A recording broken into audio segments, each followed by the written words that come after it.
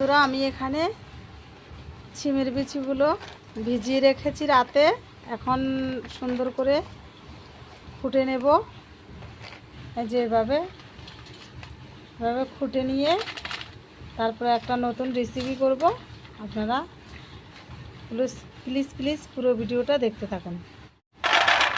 এখন বন্ধুরা এই যে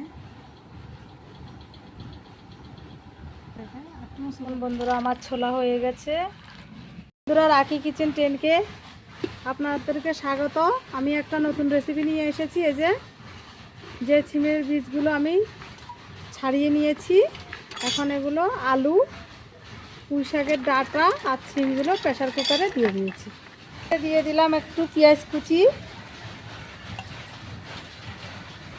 এতে দিয়ে দিলাম অল্প টমেটো কুচি, দিয়ে দিলাম কাঁচা লঙ্কা কাটা কুচি,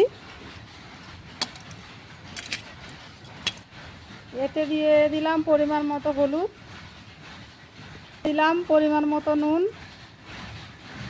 দিলাম সরিষার তেল,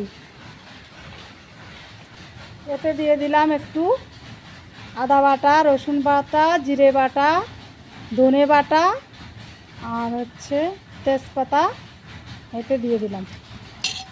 এবার মাখিয়ে নেব।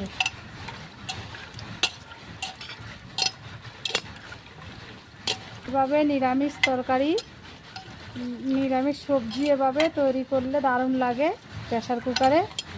আমি আজকে এভাবে তৈরি করছি। লাস্টে আমি 5 ফোড়ন দিয়ে তেল মেরে নেব। এবার আমি 2 বা 3টে ছিটি দিয়ে নেব।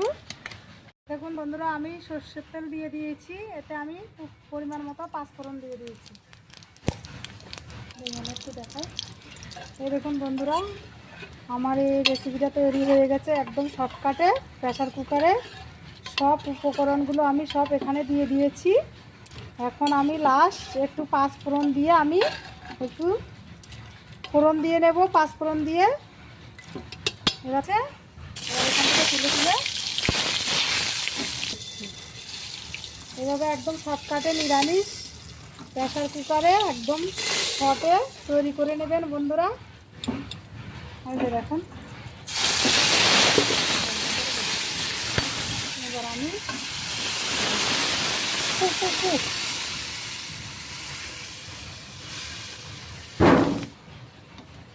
দেখুন বন্ধুরা, আমার সব কিছু হলুদ, লবণ, লঙ্কা, কাঁচা লঙ্কা দিয়ে এই সবজিটা তৈরি করেছি। দেখুন কালারটা কত সুন্দর হয়েছে,